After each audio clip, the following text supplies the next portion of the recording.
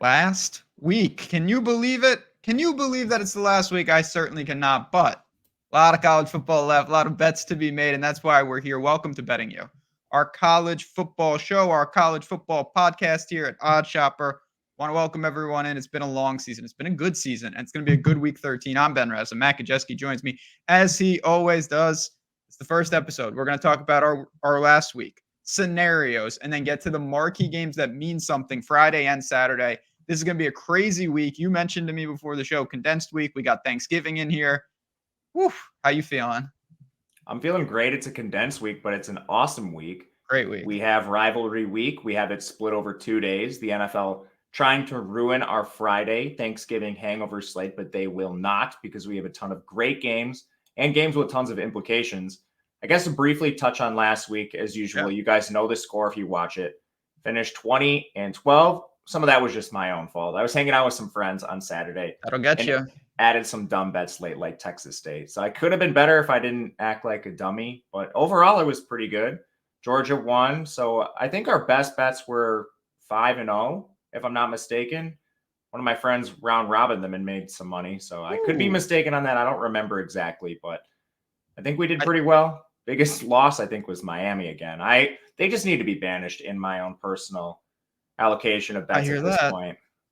I was happy with the week. Arizona was a really important bet for me. They absolutely smoked Utah. My big misstep was Oregon State.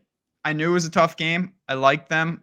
I thought they played well. They had a safety and 3 turnovers, and that kind of cost them the game. They had their chances. There's really no excuse. They should have won. They had a positive post-game win expectancy. It was like 55%. Yeah. You ran bad on that. Yeah, I was not thrilled with the outcome, but as the Nazguls on Twitter yelled at me saying, how are you bet against an undefeated team like it works like that? But you know what? We mute those people. Ben. Yeah, no, they're muted into the ether now. Texas State, Arkansas State, shout out to you. That over had legitimately like 130 points. One of the easiest bets of all time. And yeah, Georgia's just a wagon right now. Dylan Gabriel goes down. Miami, just a mess. Lot to get to, but I was pretty happy with it. I want to ask you before we get to these games, and we're going to dive in. I think it's important because in this episode, we're talking about teams with stuff to play for. What do you think of the national championship picture? The scenarios, just open floor on what we're seeing as the it starts to formalize with the potential playoff. Yeah, I think this is a good thing to do because we included some games like UTSA Tulane and stuff that wouldn't normally be on this show because they're playing for a lot this week. Whereas like Arizona State, a game that we might normally talk about, is pretty much meaningless. For the playoff, I think we're still status quo. It's the winner of the Big Ten, the winner of the SEC. Florida State and Washington control their own destiny as long as they go undefeated. I don't think either of them deserves to be in the playoff if they have a loss. I would rather take the loser of the SEC championship and the loser of the Big Ten. And Bama's in a tricky spot if they end up being the loser because they'll have 2 L's. That's where I think you could start talking about Oregon and Texas. But that's really it. There's nobody else in the picture at this point. We'll have to see what Florida State does without Travis. And Washington does as perpetual underdogs and winning games with negative, not negative, but below 50% post-game win expectancy. Obviously, the biggest game this week is Ohio State, Michigan. I think the biggest question the Big Ten is, can 2 of them get in? Florida State and Louisville have locked up the ACC, so we'll see them next week. Texas will likely play Oklahoma State. They have head-to-head wins over the other teams with the same record, Kansas State and Oklahoma. So we're likely looking at the Cowpokes, and luckily they play BYU, so I don't see them losing. Washington, Oregon, almost a certainty to rematch. Bama will play Georgia. The Sun Belt and the G5 is where things are really fun. JMU is 6-0, but they're ineligible. They'll play Coastal this weekend. Coastal has a head-to-head win over App State, but they have the same record. So if Coastal loses and App State wins, you could see App State get in. Whoever comes out of that side is going to play Troy. The Mountain West is really fun. You have like this pair of games where the winners probably face each other. Air Force is playing Boise State and San Jose State is playing UNLV. Those are the 4 teams in contention. So having them play each other, there's just fireworks in the Mountain West. The MAC has already decided it's going to be Miami, Ohio versus Toledo, so nothing to see there. Conference USA is also awesome. New Mexico State plays the ineligible Jacksonville State, but I mean, that's basically the conference title game right there. And then the AAC, you have a little logjam with Tulane, SMU, and UTSA. The winner of Tulane and UTSA is probably going to play SMU because SMU plays Navy this week. So a lot of really good G5 games. I'm really excited for that area of the board this week. It's going to be good. Yeah, Mountain West is the best one. It's legitimately a bracket. It's so sick. It's really cool. I can't wait to see those games survive in advanced style. But let's get into it. Again, if you're just joining us, appreciate you guys. Welcome to Odd Chopper. It's been a hell of a year. Hit the like button, subscribe to this very channel, share the show, rate and review in the podcast world. It all means a lot to us. Let's get to the games. Let's get to the game, as they call it. Ohio State and Michigan. It's in the big house. Obviously, every year for a while now, it's been you win and you're in the playoff. Undefeated teams squaring off for us here. 3.5-point spread. We're going to find out not a lot about these teams. We know they're pretty damn good, but what do you expect? And my biggest question for you, besides who are you betting, do you think that J.J. McCarthy, the wheels come off and he's forced to actually throw the ball this week? If it's competitive or Ohio State's leading in the game, he'll have to. But these teams are really hard to talk about. We have a lot of data on them, and a lot of the data is meaningless because of the competition in the Big Ten West, and I guess most of the East for that matter too. But anytime you cross over, it's nonsense. The only tough non-con team between the two opponents was Notre Dame, a game that Ohio State should have lost. So they're tough to talk about. I think both teams are largely built through their defense. I'm no Kyle McCord fan, but he has the best weapons in the country, at least top 5 to throw the ball to with Marvin Harrison. And recently they've really leaned on him and targeted him incessantly, which teams still haven't figured out a way to stop him and have other players beat them. So I guess that's a feather in the cap of Ohio State. But I guess to break down both teams, really strong on defense. Ohio State is 3rd in the country. Michigan is 5th. I do think Ohio State is the more tested team in that regard. The only competent opponent Michigan has faced is Penn State, and that team was an absolute disaster in that game. Drew Aller threw for 70 yards, just keyed on the run, and Penn State fired their OC after the game. So I still don't really know what we have in Michigan. I'm no fan of the offense. As far as cracks in their team go, we've seen a couple teams actually put up decent production on them. They were outgained by Nebraska on a yards per play basis. That was a concern for me pretty early in the year. You look at games like Rutgers. Michigan was at 6.8 yards per play. Rutgers at 5.8. You can look at some of their most recent contests. Like last week, Taulia Tagovailoa moved the ball pretty decently against them. So while they did stand tall in their toughest matchup against Penn State, they've shown cracks against teams that I'm not really that impressed with this year in the Big Ten. And then I think their offensive line has some concerns. The pressure rate on J.J. McCarthy is nearly 26%. You look at the offensive line and how it's comprised. They've had some injuries. Miles Hinton and Ladarius Henderson have both kind of been banged up and in and out of the lineup. I think Henderson's going to be back here. But, I mean, he's played most of the year, and this still is a pretty big concern for this Michigan O-line. They've also struggled to run the ball in some matchups, which I think is another problem with the O-line. They're going to be tested. Ohio State is 6th in pass rush. They're 7th in run defense.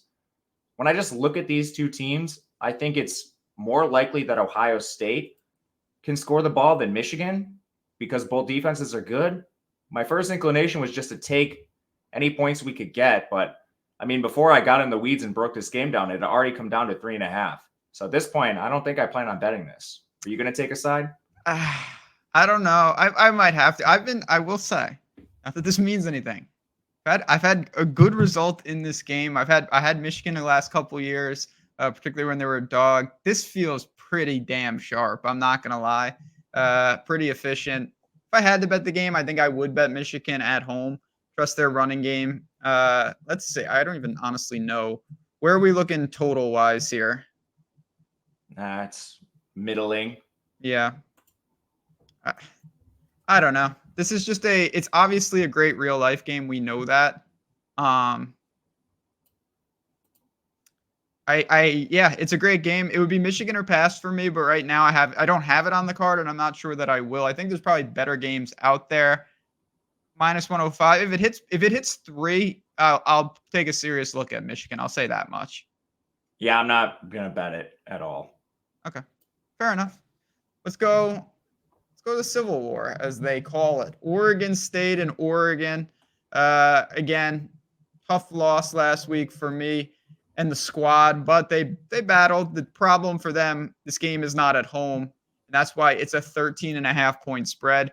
When I saw it, my first inclination was, yeah, Oregon is just going to open it up, force this team not to be able to run the ball. Do you think Oregon State can hang with their physical run game, or is this just a really bad situation? I think Oregon State can hang in this game. I was really surprised to see it. This opened at like 14.5 points, and I grabbed a 14 with Oregon State before it moved under that number. So I think if you can find a 14, it's still fine. Honestly, maybe the biggest concern is them playing away from home. You've been heavy on this so far this year. When this team plays at home, they're very difficult to beat. But Oregon's in a weird spot now, likely playing for the title against Washington next week. And this team has played down to competition a couple times recently. Arizona State last week is a beatdown. Arizona State is like a G5 team. Yeah. They've got a lot of work to do with Dillingham there. So we'll see what they can do in future years. But I'm not really impressed with that win, even though Bo Nix had like some unbelievable stat numbers. But the week prior, you had a single-digit win over USC. Prior to that, they played decently close game with Washington State. They obviously lost to Washington, but should have lost to Texas Tech in that week 2 game. They were outgained on a yards per play basis, 6.5 to Texas Tech, 6.3 to Oregon. I think a lot of people forget about that.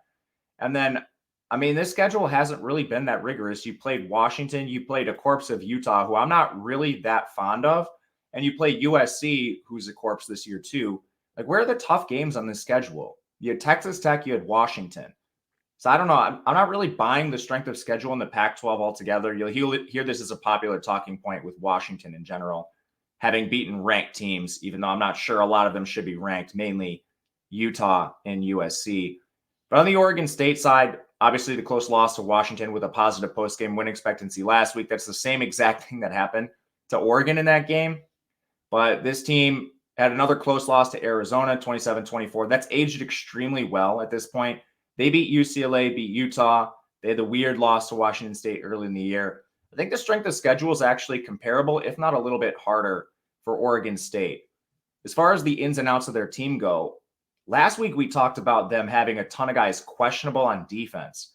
Every single one of those important defensive backs returned to their game. So now they're down just a couple depth pieces, which I think only played to begin with because of injury. And then I think the only injury on offense is Henele Bloomfield left with injury assistance, but I think he's going to play as well. This is the healthiest Oregon State has been in weeks. And especially in the back end and your secondary, that's going to be huge against Bo Nix. So seeing the return of a lot of these DBs was important to me. And then on the Oregon side, you do have some injuries. Evan Williams left last week's game with an injury at safety. Allegedly, it's minor, so we'll see. Justin Jacobs got banged up. But I also think they were probably being pretty cautious, just beating down Arizona State. So I think most of them will play. As far as the stylistics go, Oregon's defense has shown cracks at times. They're 37th in pass rush, 46th in run D. That's going to need to hold up against Oregon State. I'm not sure if it will. And then I am impressed with the Oregon State defense, 37th in the country overall. We know what they do. Played pretty good run defense, somewhat questionable in the back end, but healthier, and they don't rush the passer by design. Ultimately, I just think it's too many points getting 2 scores against an Oregon team, which should have lost against Texas Tech, played really close against Washington, and then played down in a couple other spots against not the best Pac-12 competition. It's going to be great. Again, I love these rivalry games. You see some weird stuff, and we've seen this game, and you mentioned playing down to competition. Tough to beat them in there, but you are getting nearly 2 touchdowns. We'll see if there's resistance and it pops back there, because right now Oregon State has taken the money. Now we're just hitting every geographical region so far. We're going, it's not a conference game, but always a rivalry. Florida State and Florida in the swamp. It's 6.5, 7 points. And obviously one of the major storylines, just awful. Travis goes down. He's done for the year in a game against North Alabama of all teams. Just a really fluke thing and a terrible thing. So Florida State has to pick up the pieces. I watched some of that game. Your quarterback looks fine when all he has to do is hand it off against whoever North Alabama is. It's not going to be that simple now, though. Where does this leave Florida State? And I actually thought Florida played really well last week against Missouri, gave all all they could handle against the Tigers. Yeah, Missouri got really hurt in that game. I think they're on the show sheet. We'll talk about them in a little bit, but they have a ton of injury concerns. Yeah, unfortunately, both quarterbacks started in this game. Mertz. Travis is done. Graham Mertz is done. So we're going to see the showdown of Tate Rodemaker taking on Max Brown. I presume he's the guy that came in for Graham Mertz last week. Yeah, I saw him fumble. I was like, who the hell is this? And he just immediately fumbled. He played well outside of that fumble issue, but I mean, sometimes these guys pop up for decent games before teams have film on them. So I don't know. I mean, Brown especially, he's a 3-star recruit from 2022. Did complete 83% of his very, very small sample of pass attempts, 8.8 yards per attempt. He looks like he can rush 8 times for 42 yards. Outside of that, we don't know much about him. Rodemaker's at least been in college football for like 4 years now. He's come into games situationally. Last year, we saw him a little bit when Travis got banged up, and then, of course, some blowouts. He's at 59.5% completion, 8 yards per attempt, 7 touchdowns, 5 picks. His underlying metrics like turnover-worthy plays doesn't look great, but again, it's a very small sample. He is not mobile. So, I mean, right away, I think an under is the best play in this game. You have two teams that aren't exactly fast. You have two defenses, which I think are pretty good, especially on the Florida State side. Florida's defense has been up and down this year, I think largely because of injury. But then we just have the backup quarterbacks. What do we expect efficiency to be for these teams when we've got the 90th ranked pace in Florida State and the 87th ranked pace for Florida with two good defenses on both sides? I guess to dive into the injuries, Florida State is pretty healthy on defense. Renardo Green got banged up in their last game. He was in a sling, but allegedly he's going to play. We'll see about that because this game doesn't matter for them. Well, it kind of, I guess it matters in the playoff picture, but not for the ACC title. So I guess that's not true. It does matter. On Florida, you basically have everybody healthy outside of the guys you lost for the year, like Jack Pyburn. So I think Devin Moore's going to be back with a concussion he had last week. So, I mean, two healthy defenses for the most part. Backup QBs. I think an under is the best play. I took 51.5. I'm seeing it come down, so I think the best time to take this is now. Yeah, it is coming down, but you still have some 50 out there and chop it again on Odd Chopper. I get it. I'm not going to push back there. I'm a big Florida State guy. I like them. I think they're a cool team, fan of their coach. I think my second favorite bet in this game is actually Florida money line. You can find north of 2-1. I think they have a real shot to win the game. I'm not sure if Florida State just has it right now on the road. I didn't think this was going to be an easy game if both quarterbacks were healthy. And I certainly think this is just a tough spot, low scoring game, a couple turnovers here or there. Live dog for Florida here. Getting north Florida also reaches bowl eligibility with a win. Yeah, they have something to play for, and they've played better recently, you know.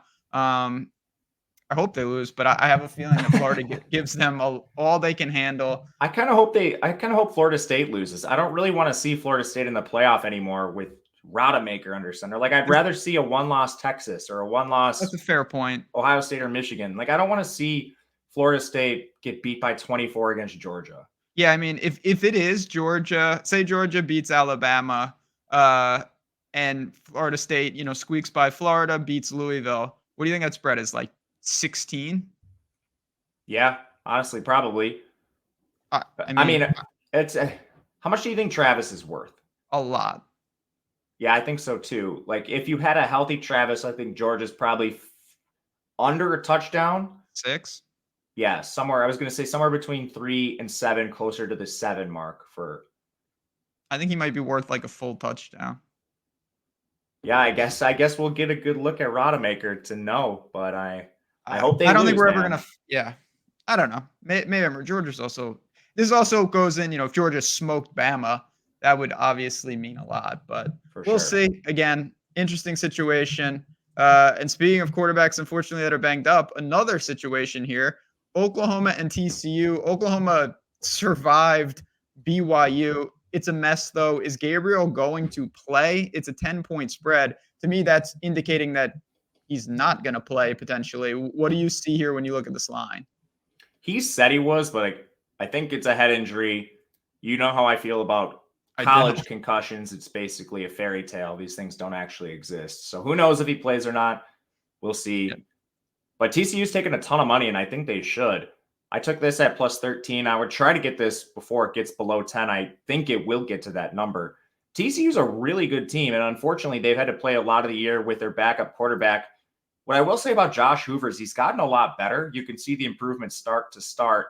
Some of it against weak competition, but they also played competitive games against Texas Tech and Texas, and then they just beat down Baylor last week. So kind of once they got the Kansas State beatdown loss out of their system, they've been a really competitive team since then. Have their metrics pretty solid and comparable with Oklahoma. 37th in total offense, 34th on total defense. This team has a halfway decent offensive line. They're slightly above average. They defend the run well, and they're okay in pass coverage. When you look at Oklahoma, this team I have 22nd in total offense, 42nd in total defense. They're pretty balanced across the board, too. Some of the same deficiencies, just an okay offensive line. They don't rush the passer at all. But all that to say, these teams are pretty comparable. On the injury front, they actually did have Chandler Morris come in the game briefly at the end, but it appears they've just replaced him with Josh Hoover, which I think is fine. He's played well enough. You had Warren Thompson and Dylan Wright there out for the year at receiver, but luckily that's a position of such depth because of their transfer portal additions. They should be just fine. Johnny Hodges at linebacker is going to be out for the year. He hasn't played much at all this year. So they're relatively healthy as far as contributors they've relied on all season. Oklahoma's pretty banged up. You still have tons of running back injuries. Marcus Majors not playing. Javonte Barnes. Luckily, they've gotten pretty good play out of Sawchuk and Tawi Walker. But Angelo Anthony out for the year. Tyler Guyton, offensive tackle, missed their last game. Still don't have Gentry Williams at corner. He practiced and dressed but didn't play. But I think a lot of these injuries are affecting Oklahoma now. You're talking about a 7-point win over BYU. They play against West Virginia, beat them pretty badly, but lose to Oklahoma State, lose to Kansas, beat UCF by 2, beat Texas by 4. Like, these are tons of really close competitive games for Oklahoma of late. Just can't see them being a double-digit favorite over a TCU team who's been competent against a lot of the same opponents. A lot of the single-digit games they've played have come in L's, whereas Oklahoma has gotten wins. Those are coin flip games. I think you can get a lot of value on the TCU side right now, whereas Oklahoma, I'm not sure what they're playing for. Can't really make the conference title game. TCU reaches bowl eligibility with a win, so this is a huge game for them that they'll be up for. I like the Horned Frogs getting anything outside of 10. And honestly, if it goes inside 10, I might just play the money line. Yeah, you're certainly going to get big plus money there. There are 10.5s out there right now, a handful of them, but they're disappearing quickly. So if you want to take the points, that's the way to do it. And we'll see the status. Again, you mentioned the protocols in college are just a mess with concussions. Who knows what we get? I will say Arnold did look really good, though. He did. Yeah, that is a fair point, and they're at home, and TCU struggles on the road, but still, I get the angles that you're playing here. All right, we're gonna shift to Tulane in a second, but I do want to mention two things. One, I should have mentioned this at the top. Unique week. Some of these games are Friday and some are Saturday. Keep that in mind. There's all sorts of football all week, so make sure you're checking that out. And while you're doing it, make sure you're maximizing the ability to get money in the bankroll. What do I mean by that? Well, when books want your business, they offer promos, they offer deals, they offer opportunities. Bet365 is one of them. And if you happen to be in any of these states, New Jersey, Ohio, Virginia, Iowa, Colorado, and Kentucky, and I'll give just a little whisper, Louisiana, depending on when you watch this, who's about to join the fun, you are eligible to get money just for signing up for Bet365. You bet $5. You get $150 in bonus bets, win or lose. It's that simple. Again, Louisiana is going to have even a better deal. Be on the lookout for that. Click that link below. Make sure you do it. If you're in one of those states, click the link below. The worst that can happen is you find out for some reason you're not eligible. Money is coming into your account. You got to be 21 plus. 18 in Kentucky. You have a gambling problem, call 1-800-GAMBLER. But on a week like this, getting $150 that you can play around with, that you can try to run it up with, it doesn't get better than that. So shout out to Bet365. Take advantage of that if I listed your state. Let's go to these secondary, great games, but not the marquee matchups. And you mentioned Tulane and UTSA. What do we have here? 3-point spread. Talk to me. Yeah, these games are awesome. So if you're not typically watching the G5, you gotta watch these games. Yeah, and one of these teams could represent the G5 in the New Year's Six Bowl. So these are really good games, really important games. And I think you're seeing a duel of maybe the two best signal callers in the G5, or at least like top 5 signal callers. And Frank Harris playing in his 7th year. Thanks, COVID years, but at least we get to see some awesome QB play. And I don't know that on the other side, Michael Pratt's been electric for 2 years now too. With UTSA, they have a few more losses. They basically all occurred in the stretch of time when Frank Harris was out in the first month of the season. They had a 3-point loss to Houston. They lost to Army without Harris. And then, of course, they lost to Tennessee. That's going to happen regardless. But since then, this team has played relatively well. They're strong on offense, 27th in the country there. And then on defense, this team is 86th. They've been able to string together some pretty good performances against the run, but you can still definitely beat this team over the top. I have questions about the O-line, 113th in pass blocking, but they actually have stood up well in the run game. They're 60th there, so pretty weird dichotomy between the pass blocking and run blocking for UTSA. On offense, this team is relatively healthy. Kavorian Barnes played 3 snaps. Everyone who played his props was very upset about that, but at least he's healthy and dressing. Seems like they just saved him for this game after USF provided no resistance last week. Otherwise, the other contributors that have been out, like DeCorian Clark, this is nothing new. He's barely played all year. So this is the healthiest UTSA has been in a while. They don't really have any major defensive injuries. Tulane's missing a couple guys that I do think are really important here. To dive into the metrics first with Tulane, they're 32nd in offense, so they trail UTSA slightly there. Their O-line looks similar, 95th in pass blocking, 45th in run blocking, so they're much better running the ball than protecting Pratt. On defense, they rank 28th, but they're 80th in coverage, similar to UTSA. That's where they're very poor. But Tulane's also played a cupcake schedule outside of their non-con. They had Ole Miss. They lost that game. But in conference, you have a 12-point win over UAB, 10-point win over Memphis, 7-point win over North Texas, 2-point win over Rice, 3-point win over East Carolina, 2-point win over Tulsa, and last week they beat FAU pretty handily. But I mean, this is an extremely weak schedule, and Tulane has run hotter than the sun in games that have finished with a margin of victory inside single digits, and a lot of these were inside a touchdown. We're talking about like 3 or 4 games within a field goal that Tulane is coming out on top of. On offense, they do have some injuries. Rashad Green at tackle's been out. They don't have their top 2 receivers right now in Jaquan Jackson and Lawrence Keys.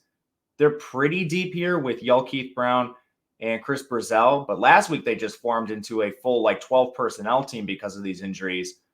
I don't think that really helps you against UTSA. You want to beat that team over the top, so having Jaquan Jackson and Lawrence Keys out has not been good for this team. You still kind of have the cheat code in Michael Pratt, who's been awesome, but O-line hasn't kept him upright.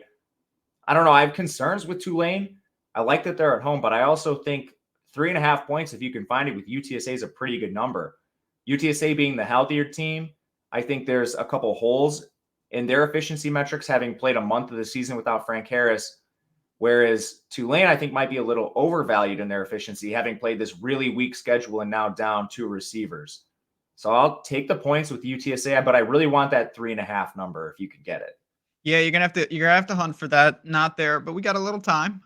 So keep an eye on it. Damn, it was there this morning. Yeah, it's been moving. I have a feeling we're gonna see it again. That's just kind of a hunch, but I have a feeling we are going to, in fact, see that again. So keep an eye out. Again, if you have any questions on that, the numbers, just go to Odd Chopper, click the live odds thing, totally free to see that, or just tweet us, Matt_Gajewski at JazzRazDFS. We're getting all the ways to contact us in here. All right. Air Force and Boise State, one of the semifinals, I'm calling it, from the Mountain West. Air Force has fallen off a cliff, just turnovers, all sorts of shenanigans. They take on Boise. I personally believe, again, this is just a hunch, that the winner of the Mountain West will be coming from the other semifinal game, no matter who wins it, over these two. But we have a 6.5 point spread here. Talk to me about Boise and Air Force. So I think this is a lot of points in favor of Boise. I want to bet Air Force, but the injuries in this game are going to be exceedingly important. So personally, I don't think you can take it right now, but it's one I would be hunting pregame, like as much as you possibly can, trying to get this injury news, because I think there's going to be an actionable bet one way or the other. Air Force missed their top passer, rusher, and receiver last week. Didn't have Zach Larrier at quarterback, didn't have Emmanuel Michelle at running back. They didn't have either of Jared Rosnos or Dane Kinnaman at receivers. You could argue their top 2 receivers were out. They didn't have Jerome Galliard. He's a corner who started every single game for them. And they also didn't have CJ Boyd at safety. So Air Force is not a deep team. they win through their depth of experience because they have players that stay there, all 4 years. You can't really transfer in and out of Air Force. The players behind these starters, I mean, they just do not have the experience in the system that I think they need to actually stand up to the Mountain West play. And at quarterback especially, Jensen Jones, he can run the ball, but in the rare instance they ask him to pass, a lot of turnover-worthy plays, and Air Force simply can't have turnovers. If you have a turnover in a game where you play this really high variance, slow run, methodical style, you just can't have turnovers. You can't have drives that stall. You need to turn everything into points. So with these injuries, we've really seen it affect this team. Coming off 3 straight losses, 2 of them to just horrific opponents, Army and Hawaii. UNLV is a lot more respectable, and that game was very close, so that should give you confidence. But man, these injuries, I think, are probably the most pivotal of any game on this slate. Because when you look at Boise, this team is a terrible defense, but they can score, certainly. They're lucky to have depth at quarterback. Maddox Madsen is out, but Talon Green, he does things a little differently, but he's still electric, especially on the ground. As a passer, he leaves a lot to be desired, but this offense has kind of figured things out. They return to Ashton Genty at running back, who, takes a lot of pressure away from the quarterback entirely. At receiver, they didn't have Eric McAllister or Stephen Cobbs. Also didn't have Shea Whiting, Chase Penry. Still the rumors of McAllister returning. We'll see about that. At this point, it seems fully the coaching staff that caused him to transfer. But the defense is terrible for Boise, so that's another thing that makes me like Air Force. Can't defend the run or the pass. Now you've got the triple option coming to town. I don't know. Am I overblowing these injuries for Air Force? What do you think? I don't think so. I'm a big, Air Force is one of my teams. Big fan of them, but it's not a school it's Air Force. Like the depth, the, replacement opportunity cost is gigantic at some of these positions. And I worry about that a little bit. If 7, again, some of these are that small if Air Force gets to 7, I'm going to take them. I think they'll be ready to play. I'm no fan of Boise. I understand why they're favorite, but Air Force can do it. I would like to get clarification on what we can see. I guess my last question though is how much clarification you think we're going to ultimately get? The B reporter has been tweeting things out pretty regularly. Okay. Which is that's great. You're not going to get it till an hour before kickoff, maybe. Mm-hmm. So you got to be ready, and I'll tweet it out if I can find it. Last week they did give it to us. We knew that they were down their top passer, rusher, receiver, and a couple DBs. When I luckily had a UNLV ticket, so I don't plan on taking. Okay, how about this? So let's say you missed the line or something. What do you think about an under? It's at 46. What, 46 you said? Yeah, because Air Force still has the injuries, and Boise got back Genty, but other than Genty, I don't think this team is really loaded at the skill position players. Yeah, Air Force, they play at such a pace, it's outrageous. When they get going, it's 7, 8, 9-minute drives. It's so useful. All it takes is one fumble to legitimately dismantle overs. So I get it. There's a Friday game, 4:00. I'm going to keep an eye on this one. This is probably going to end up on my card in some variation. Just can't tell you what that's going to be right now. Air Force under. Yeah, I see it. I do. Okay. It's going to be interesting. We go to the other side of this. Again, I'm going to call it the bracket because you've got San Jose State, who they were a little sluggish. Then they turned it on against San Diego State, who's an absolute dumpster fire. And then UNLV, who's probably, I think you could argue, the best team right now and maybe the favorite. If you had to pick one of the 4. 3-point spread, I think it's going to be a great game. Are you sticking with your Rebels, or do you think that San Jose State, who's been much better late in the year, can find it? Yeah, I love the Rebels here. The San Jose State, San Jose State is running so hot. This team's coming off 5 straight wins. They played New Mexico in a game where Dylan Hopkins got hurt. They played Utah State in a game where Cooper Legas was hurt. Beat Hawaii 35-0. That's just going to happen. It's Hawaii. Beat Fresno State in a game where Mikey Keene got hurt, and then they just played San Diego State.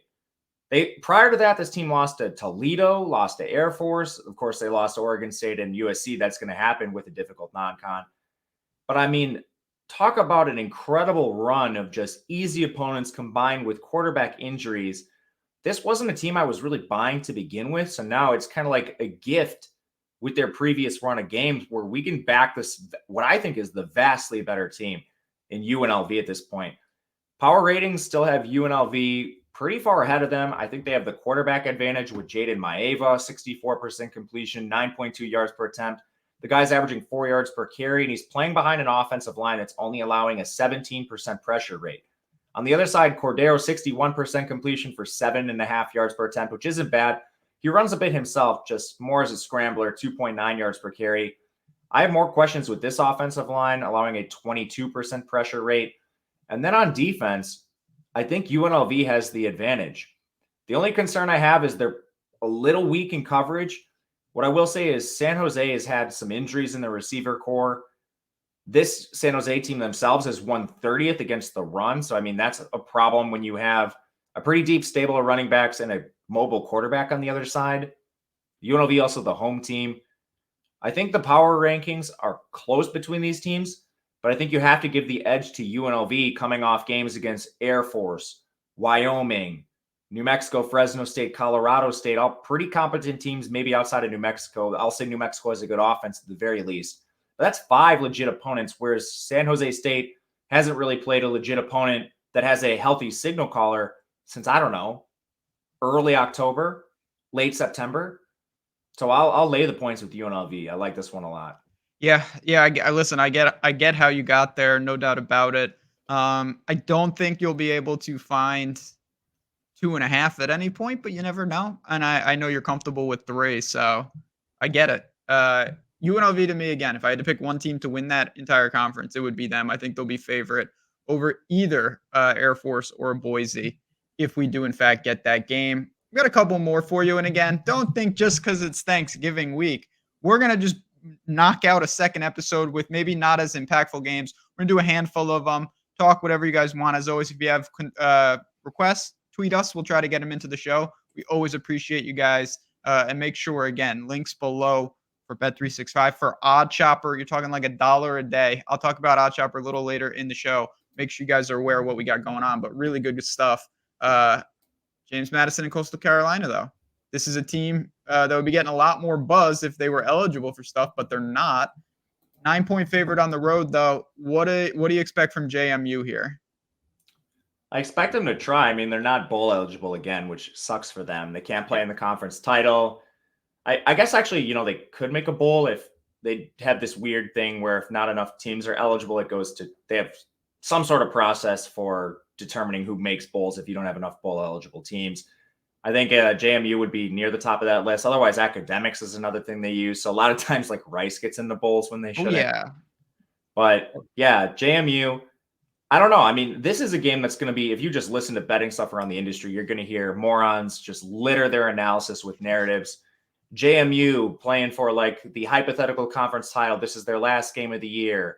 I mean, they already ruined their undefeated season. So you could spin that both ways. Maybe they're down because the year is lost. Coastal, I mean, this team played in this game last year and got absolutely embarrassed. You could also spin this as a revenge narrative. So rather than talk about narratives, let's talk about actual on-field stuff.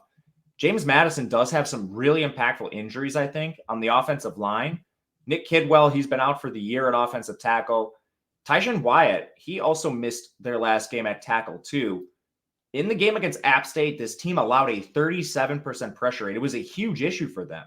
The pass rush for App State was getting home and causing just massive, massive killers to drives, which is huge. I mean, this offensive line generally is allowing a 28% pressure rate. They're 66th in pass blocking. I don't think there's a pretty massive hole on the offensive line. They already weren't great at run blocking, 88th there. Kalen Black also got re-injured. You didn't see Tyson Lawton have much efficiency, got there on volume, but this also affects Jordan McLeod. Like, that was a really poor offensive showing, and I think they're pretty lucky that they got it into overtime. They were soundly outgained, even on a yards per play basis against App State. On defense, this team is elite. They're 8th overall, 2nd against the run, 10th in coverage, so that's still a strength and a feather in their cap. But, man, I've been actually pretty impressed with this Coastal defense overall. Their weakness is against the run, which I think is a concern, but 22nd in coverage, that's pretty good. They're 58th in the country in total defense. And then on offense, they've actually gotten some pretty good play out of Jarrett Guest. Grayson McCall's doubtful for this game, but Guest sustained an injury himself at one point. but he's now back, and he is a 72% completion, 11.5 yards per attempt, 7 scores. The big-time throw turnover-worthy play ratio is very good for him, and he's averaging 5.1 yards per carry. O-line is held up for the most part. They're 44th in pass blocking. Not as good against in the run game, but you also have electric receivers in Jared Brown and Sam Pinckney. I kind of view this as a slower game, a defensively sound game, especially with the injuries on the offensive line. And for all that positive about like Jarrett Guest, they still also said they might use Ethan Bosco on packages. Jarrett Guest doesn't have a big sample, so now that teams have film on him, that could always decline. So I don't know. I'm tentative on this game, but my first inclination is to look at unders and look at the points with Coastal Carolina. Haven't taken it yet, but you can find the total at 50. You can find Coastal at plus 8.5. I'm seeing, unless you've got a better number, Ben. Yeah, there's 9.5s out there actually. There's 8.5s, 9s, and 9.5. So the market is not agreeing on this spot. Don't see any 10s, but at the same time, there isn't. Man, yeah, there's a 9.5 that is taking minor resistance too. Maybe there will be a 10 at some point. I will be betting Coastal if it gets to 10. That I can promise you. I don't know what to make of James Madison. You mentioned there's a lot of unquantifiable variables there. Definitely a game to keep an eye on. Slow, methodical. Obviously, if it goes under the total, those points become even more valuable. So I get that angle there. Both teams are slow too, 95th and 94th in pace. Yeah, and James Madison's defense is still just awesome. Really strong unit. Wow, New Mexico State makes the main show. What a time to be alive. A team that started the year losing to UMass. That's when you know you've rallied the troops, because they're here and they've got relevant things going on against Jacksonville State. A 1.5-point spread. How about New Mexico State goes into Auburn? Did they not? Is that is the right game? Yeah, they beat Auburn last week. Yeah, like what in a bye game, and just no problem. Shout out to the Aggies for getting it done, and not shout out to Auburn for disgracing themselves. Talk to me. Both these teams had awesome showings against SEC teams. 2 weeks ago, Jacksonville State nearly beat South Carolina. So, I mean, two great Conference USA teams. This is like the Super Bowl for Jacksonville State, because they also can't make a bowl, I believe, unless they have like some of the weird eligibility stuff. Not enough bowl teams go their way. But yeah, New Mexico State's awesome. That game was, did you watch the New Mexico State game? Didn't see a second of it. When you get a chance, go look up the Diego Pavia highlighter, I guess. Your boy. He threw an interception, and this guy is absolutely insane. He like picked up the defender and like wrestling pile drived him into the ground, and got either a unsportsmanlike, he got some sort of penalty for his tackle on the defensive back. That would have been. It wasn't a targeting. It was because he like picked the guy up and threw him down. It was an unnecessary roughness, I think. Anyway, not relevant to the game. I do like Jacksonville State in this game. Narratives, I think, work in their favor. This team is essentially like playing for their Super Bowl because they can't do anything postseason. New Mexico State already locked in their conference title appearance and a bowl game, so this is a meaningless game to them, if you will. Just not the motivation they would normally have, having locked everything up. With that win over Auburn, it's insane. As far as Jacksonville State goes, I think this team is also pretty underrated. You can look at some of the metrics power rating-wise. Both offenses are very good, and they're both run-heavy. Jacksonville State really fast, 64th overall in offense. This team is first or second in pace, depending on the week you look. Just an awesome, really fast team. New Mexico State is 45th in total offensive efficiency, another really heavy run team. But I think the big difference between these teams comes on defense. Jacksonville State 58th in total D, and New Mexico State is 89th. New Mexico State also 87th against the run, which is important. Both these teams are really run heavy. Jacksonville State is 30th against the run. So you actually have one team that's pretty competent at defending the other team's strength, and the exact opposite on the other side for New Mexico State. Like, to beat Jacksonville State, teams have had to do it over the top. This team is 62nd in coverage. Teams that have played competitive games against them lately, you have South Carolina, of course, but like Western Kentucky game was close. Otherwise, they've been able to beat up on teams that haven't been able to throw the ball. And on the other side, New Mexico State has obviously the big win over Auburn, but their defense has allowed some considerable production. Western Kentucky scored 29 against them. Jacksonville State did a much better job on defense. This New Mexico State team only beat a very poor Middle Tennessee team by 6 points. Louisiana Tech by 3. Then they beat up on UTEP, Sam Houston, FIU, Hawaii. They actually lost to Hawaii. Those are not great teams just in the country altogether. So I think you kind of have a really nice buy low spot on Jacksonville State and a sell high on New Mexico State coming off the Auburn win in a game that is relatively meaningless to them as far as postseason stuff goes. I can get down with Jacksonville State. Seen them play a lot. They're one of the teams certainly represented themselves well during the transition, into FBS. So I just that win. I mean, what is all? I know Auburn talking about not having any reason to play, but come on, man, you can't be losing at home to New Mexico State. That's just not a good look. All right, we got a couple games left. You mentioned to me early in the show, Missouri, who's a great team, one of our friends of the show. They took a beating in that win last week. Guys going down all over the place. Now they got a rivalry game with Arkansas, 7.5, 8. There's a flat 7 out there. How bad are the injuries, and what do we expect from Missouri? Yeah, they got really banged up. A game that is essentially meaningless to both teams. Missouri can't improve their position, can't make the conference title, definitely boxed out of the playoff. Of their injuries, Javon Foster, their left tackle, didn't play. Brett Norfleet got injured in their game at tight end. Chad Bailey at linebacker has been out for a while, but then they also lost Chuck Hicks at linebacker, Tyron Hopper at linebacker, and Enos Rakestraw at corner. Coach just came right out and said all those guys that left the game are questionable, so we have no idea if they're going to play or not. A lot of those are on defense, which is mildly concerning against Arkansas with their new OC.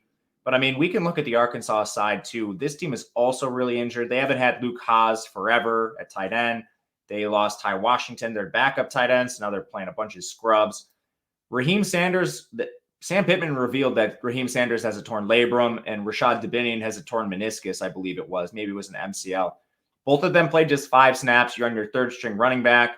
Patrick Kutas, one of your offensive tackles, has a high ankle sprain. You didn't have Jalen Braxton at corner. He has a sprained shoulder. Jaheim Singletary also missed the game at corner. So for all the injuries that Missouri has, Arkansas might be even worse off. And I mean, just efficiency-wise, there's really no comparison between these teams. And even though there are some injuries on offense for Missouri, they're not really to the 3 key players, Schrader, Burden, or Brady Cook. So I still think this Missouri team can score on you. Defense maybe gives up a little more production than normal because of the injuries. But I mean, this Missouri team is still built to play in shootouts. They can definitely play that style if they need to. And I'm still not sure this Arkansas team is any good. KJ Jefferson having maybe the worst year since he was a much younger player, only 2.7 yards per carry. The O-line is terrible, 97th in pass blocking. They can't stop anybody on defense either. This team just allowed 20 points to FIU, which should be grounds for relegation. They lost to Auburn 48-10. I mean, this team stinks. I want to lay the points with Missouri, but I wanted to hear what you thought about the injuries. There is flat 7. That interests me a little bit. That's a good number. I'd rather just bet the over. 54.5 is on my screen. You just mentioned Arkansas just gave up, a couple dozen points to FIU. Like, to me, Arkansas is hanging mid-30s here. I think Missouri's hanging that type of points, and I think Arkansas is going to be just fine scoring. I really do. Some of those injuries for Missouri, I think this goes over the total. I see 54.5. Yeah. I mean, you're right outside the key number 55. Yeah. I like the number. I like the spot. I think there's also scenarios where Missouri is completely fine and they win the game like 42-14 style. Both teams are like right on average in pace. 71st for Missouri, 69 for Arkansas. You're like right at league average. Which is fine for me because I think efficiency-wise, both teams could have big chunk plays in the spot. Defenses are banged up. Take some shots. It's a free-flowing game. I think both coaches will be more aggressive in a game that they have nothing to play for. I can make a case for the over here. Pittman's, I think, absolutely coaching for his job. I agree. Even if they win, I think he might get fired, but he's gone if they lose. He should for his fucking negligence in the portal. Sorry. We can Sam Pittman brings it out. What can we say? All right, we got I'm sorry, guys. I got questions because I thought we made, we're supposed to be a show of integrity, and you told me that we're not putting these games on, and now Iowa and Nebraska weasel their way on to the show. I think the total every week it's the lowest total in history. What is going on here with I can't even find the game. I'm so tilted. Okay, yeah. 26.5 point total. Good job, everybody. What are we doing with Iowa and Nebraska? Honestly, I considered betting an under at 27.5, and then I didn't have the heart to do it. And it is taking some money towards the under here, but I'm also of the belief that it's, underdog or pass with a lot of these Big Ten schools at this point, because one, it's so volatile week in, week out. Yeah, they're all the same. And then you're playing in games that have really low margin for error. So like these points are extremely valuable. And honestly, there's no more valuable points than in a game with a 27 total. But to dive into Nebraska, I was a little surprised they're favored. This team has a million injuries. I honestly wonder what could have been with this team if on offense they were a little healthier. I think they for sure would be eligible for a bowl right now. And I guess that's a big thing. They do reach bowl eligibility with a win here. I mean, Jeff Sims has been benched for a while, but they also didn't have Heinrich Harburg last week. They moved full Chuba Purdy, who played reasonably well. The guy runs way better than I thought, man. 8.1 yards per carry on the short career he's had so far this year, the small sample. But on offense, haven't had their top two backs, Gabe Irving, Ramir Johnson. Haven't had Isaiah Garcia Castaneda all year. Marcus Washington's been out for the year. On the O-line, Turner Kokorin's been out. Ethan Piper's been out. Luckily, they did return Billy Kemp, which is huge. He's like their only good player on offense. Defense is pretty healthy for this team, though. So they've morphed into kind of like a poor man's Iowa, winning through their defense, which is 53rd in the country, and then just struggling to score points on offense, playing almost like a fancy Air Force style offense. They're so run heavy, rarely trying to throw the ball, just winning through their run game, which they've been in. I mean, this is basically just the most volatile games that you could possibly play. 7-point loss to Wisconsin in OT. That was an OT game, right? It's all a blur. Well, I got one thing to say about Nebraska. I'll get to it in a second, but please continue. No, I mean, 3 points against Maryland, 3 points against Michigan State, 8 points against Northwestern. I mean, anytime you can take underdogs in games like this, I'm interested. I will say I haven't played this yet, though. So, okay, two things. One, I would never recommend doing this, but maybe as a social experiment, if you do a sweetheart teaser, you can tease the total down to 13.5. That just proves there's something wrong with this game. Like, you should never be able to do that, and I don't even feel comfortable doing that. You also shouldn't be betting sweetheart teasers. Now, Nebraska, you just mentioned they play like a pseudo Air Force style. The formula for those teams is really simple: run the ball and don't turn it over. Can I interest you? You know where Nebraska is in giveaways per game on the season? Okay, well, I see where you're going with this. Did you isolate games where Jeff Sims played? Okay, that is fair, but it's fumbles now. They average like 5 fumbles a game. It has to be. I don't even have it in front of me. They're 133rd in the country. 133rd in the country. There is only 133 teams. I don't understand how this team perpetually has 4 or 5 turnovers every single week. I've been betting them, if you can't tell by the frustration. It's insane. Nebraska's not, I know this sounds crazy. They're not a bad football team. They could have been a solid sacrificial lamb for Ohio State or Michigan if the chips fell differently this year. Yeah, I mean, all these teams stink. Yeah, they're bad. So, like, Iowa's not playing for anything. They've locked up their Big Ten championship berth, their sacrificial lamb status. But I don't know if Kirk Ferentz wants to coach this team anymore now that his son has been getting the axe. Like, he might get fired at the end of the year anyway, even with the Big Ten championship berth. But you have to think like he's still coaching for something if he wants it. This team's really hurt on offense, but I still think they have a pretty decent run game. They can run the ball. You have 2 capable backs in Caleb and LaShawn. Your defense is still really good, even though you lost Cooper DeJean. Like, you're pretty deep at that corner position. I don't think like Nebraska scores a lot in this game.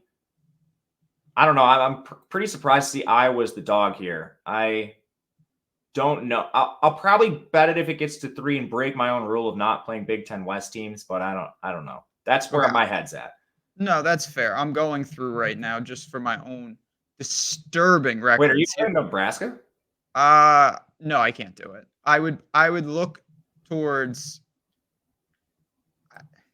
Honestly, I don't even have a player. I was gonna say bet the under, but like I'm not betting an under at 26.5. That's too low.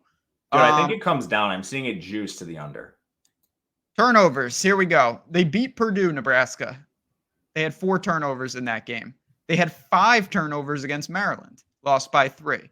They had 3 turnovers against Michigan State, lost by 3. And they had one. This was their best. They had 1 turnover against Wisconsin and lost, as you mentioned, in OT. So they're 13 turnovers in 4 games. And that's not even Jeff Sims related. Just disturbing. Disturbing. That's all I have to say. I can't. I want to back Nebraska, but I just can't do it. It's too much. All right. Enough about that. Let's get to the important stuff, which is making sure we get these best bets on the board. Again, we have another show coming before Thanksgiving. We got jam-packed this week. Make sure you go to OddsShopper and check out all the tools that we've got, from the free things with odds to the premium stuff over here. Check this stuff out. You're talking like $1 a day. You come on in. This is a real opportunity to change the way you bet. Links are below. See what we've got. We revamped the entire offer, by the way. Really cool stuff. I'm very excited. You're going to hear more about it in the coming days. But if you are interested in seeing, go check it out. Links are below. But as I ask you every week, you got a couple bucks in the pocket. Where are we going with our best bets? Let's put them on the board. So I've got 2 I really like in this segment. I'll add a third, but I think if you're just isolating the one with the high confidence, I would say TCU. If you can find this outside 10, like this against Oklahoma, 2 teams that have been on the differing sides of the single-digit coin flip type games. TCU's lost a lot of them. Some of it having to do with starting a new quarterback in midseason. And Oklahoma's been on the positive end of a lot of these. So anytime you can get a team getting over 10 points in the game where they do reach bowl eligibility with a victory, something to play for, that's something I like and going to be interested in. Also, power ratings pretty even between the 2. Second is UNLV for me. It's similar to the TCU Oklahoma game with, at this point, it's going to be more related to opponents. UNLV has been running the gauntlet of Mountain West opponents, where San Jose State has been beating up on backup quarterbacks or the worst of them. I think this is a gift if you can find this around 3 points in favor of UNLV. So those would be the 2 best bets for me. I guess I'll turn over to you before I put something egregious on here. Well, I'll take care of that for us. No problem. I'm going to go under in the Florida State game. You mentioned it, 2 backup quarterbacks. I think defenses will reign supreme. And then just for the people, and again, make sure you shop these lines. I'm just doing this on DraftKings for simplicity reasons. I'm going to put Florida money line on the card. I think that Florida has a real shot to win the game. Again, it's all about the price. Do I think they're likely to win the game? No. Do I think that they should be in the 230, 240, 250 range? Also, no. You got a little action here to get your Friday. If you're hungover, watch these games, gamble. That's what it's all about for Thanksgiving. You survive whatever family escapades are going on, and you get to it on Friday. It's going to be a real good time. Don't be watching Tim Boyle and the Dolphins game. Watch college football instead. Trust me. There we have it. We'll be back with more egregious games. As always, if you have any questions for Matt _Gajewski, a great follow on Twitter, JazzRazDFS for me. And we appreciate you guys. You're gonna hear from us probably again if you're watching the second episode. But if you only watch this one, please be safe out there. Enjoy the time with the family, with the friends, whatever you're doing. We obviously send our love here at OddsShopper. Just have a really good time with the holidays. We hope these shows provide a great outlet for you, whether everything's going great, not so great. We just love talking college football, and we appreciate you guys tuning in. So for me, for Matt, and for everybody here at OddsShopper, good luck this week. Enjoy. Be on the lookout for the second episode of Betting You dropping soon. Until next time, guys. Talk soon and enjoy.